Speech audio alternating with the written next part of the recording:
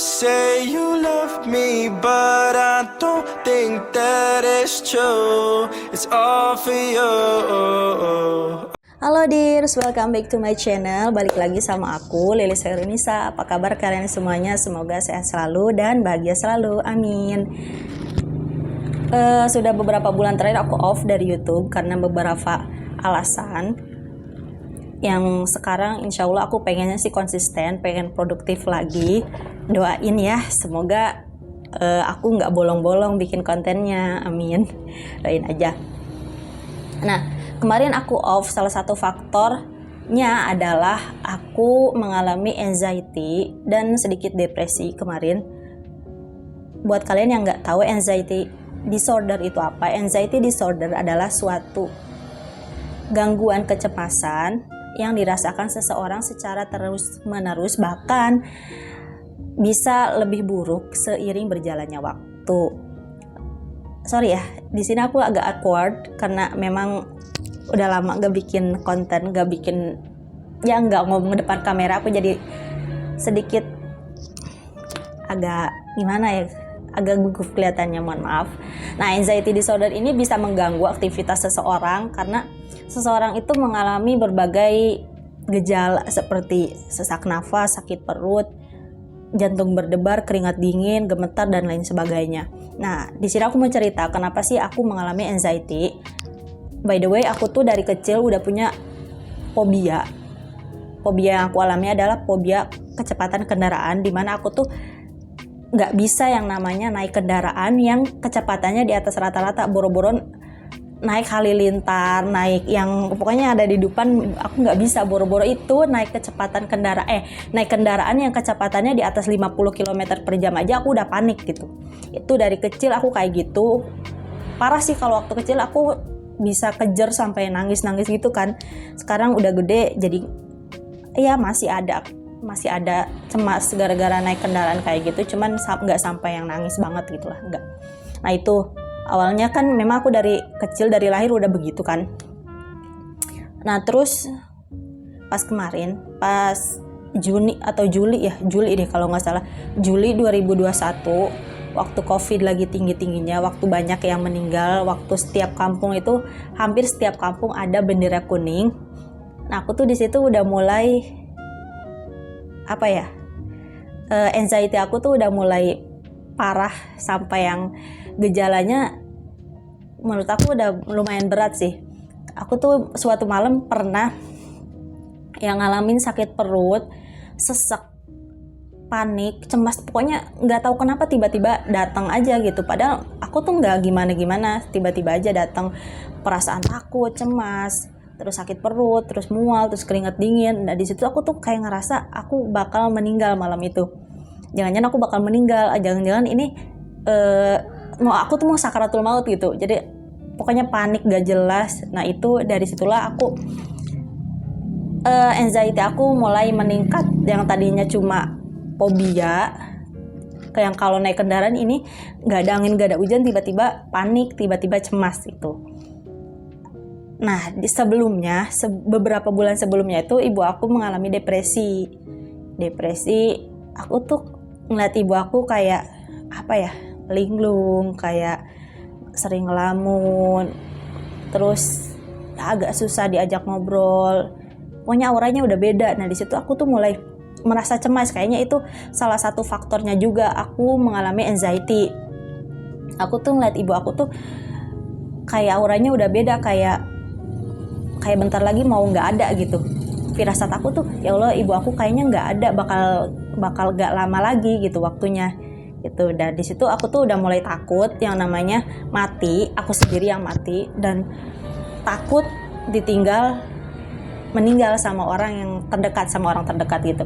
Padahal kan memang secara logika semua orang kan pasti bakal mati, dan semua orang pasti mengalami yang namanya ditinggalkan kan. Orang tuh nggak akan hidup selamanya, aku tahu, secara logika aku tahu, tapi aku takut aja gitu. Nah, singkat cerita, ibu aku mengalami depresi selama berbulan-bulan, kurang lebih 7 bulan, seingat aku 7 bulan ya, sampai ibu aku meninggal loh. Maksudnya ya aku tuh hal yang aku takutkan terjadi. Aku takut ibu aku nggak ada gitu. Ternyata terjadi juga dan makin parah lah. Depresi aku, kecemasan aku tuh makin parah di situ tuh. Nah, by the way ibu aku meninggal tuh gara-gara struknya mendadak. Terus langsung pecah pembuluh darah, koma, sehari semalam langsung nggak ada gitu. Jadi tuh pokoknya itu tuh apa ya, masa terberat aku gitu. Udah mengalami kecemasan, ibu aku meninggal, terus aku depresi, pokoknya aku tuh berat banget sih waktu itu. Nah, setelah ya aku mau gak mau kan harus melewati masa-masa itu ya. Masa sih aku harus nyerah kan? Enggak. Setelah ibu aku meninggal, seminggu kemudian aku tuh ngerasa badan aku tuh gak kuat. Tubuh aku tuh udah gak kuat nanggung stres selama ini, depresi yang aku alami, anxiety yang aku alami, tubuh aku tuh udah gak kuat. Jadi respon dari tubuh aku tuh, aku kayak linglung loh. Kok aku gak nyambung ya diajak ngobrol sama orang, kok aku bingung ya, kok aku kayak kepisah dari diri aku. Itu loh yang aku alami waktu seminggu setelah ibu aku meninggal. Nah, yang tadinya aku tuh cuma bisa chat-chat online sama dokter online yang ada di Halodoc, yang Halo Dokter kayak gitu-gitu pokoknya. Karena aku belum mantap buat datang ke psikiater langsung. Kan aku cuma tanya-tanya dulu aja, aku tuh kenapa sih kayak gini. Nah, dari setiap dokter tuh aku nyaranin buat aku pergi ke psikiater kan. Oh iya, aku juga ngalamin ya selain aku takut mati, jadi aku tuh kok linglung gitu loh. Iya, seperti yang aku bilang tadi kan.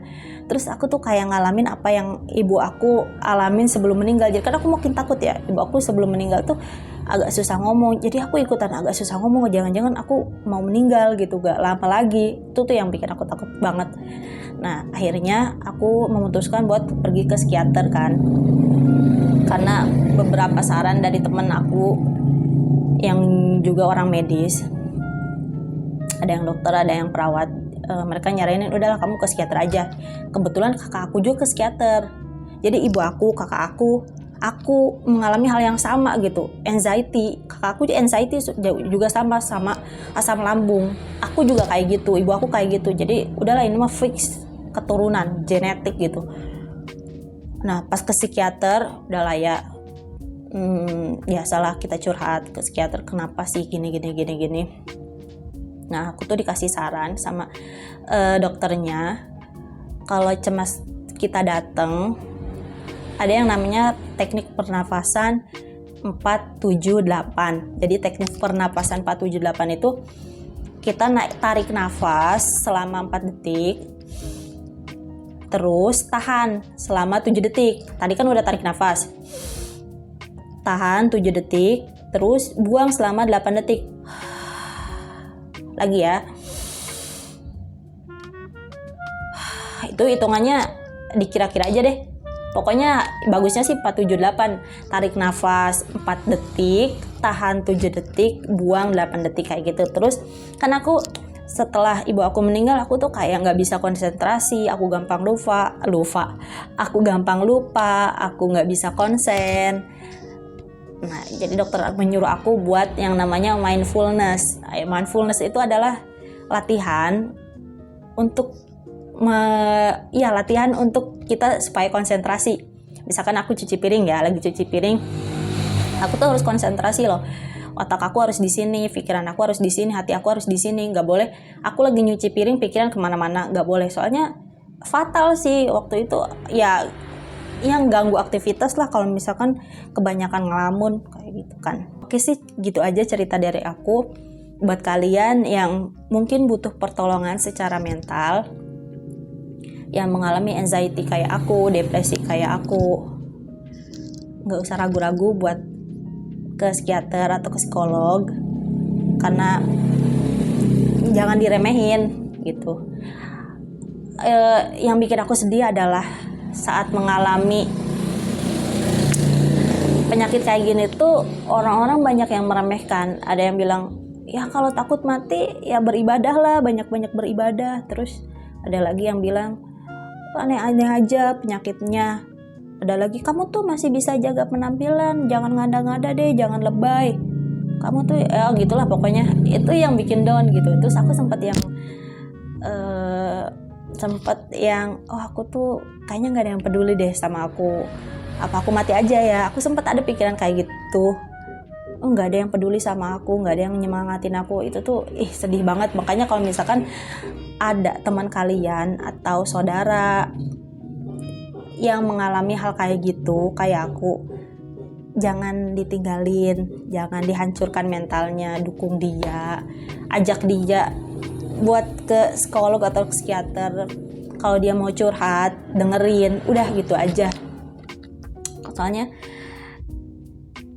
punya penyakit mental tuh sama kayak punya penyakit fisik, gak enak. Terus apa ya, pokoknya jangan sensitif lah, jangan dibuat hancur mentalnya, kasihan ya. Oke, segitu aja video dari aku. Mohon maaf bila ada kesalahan, mohon maaf kalau misalkan ngomongnya belepotan. Aku cuma mau sharing ke kalian apa yang aku alami, apa yang terjadi sama aku. Semoga ini bermanfaat. Thank you. Love.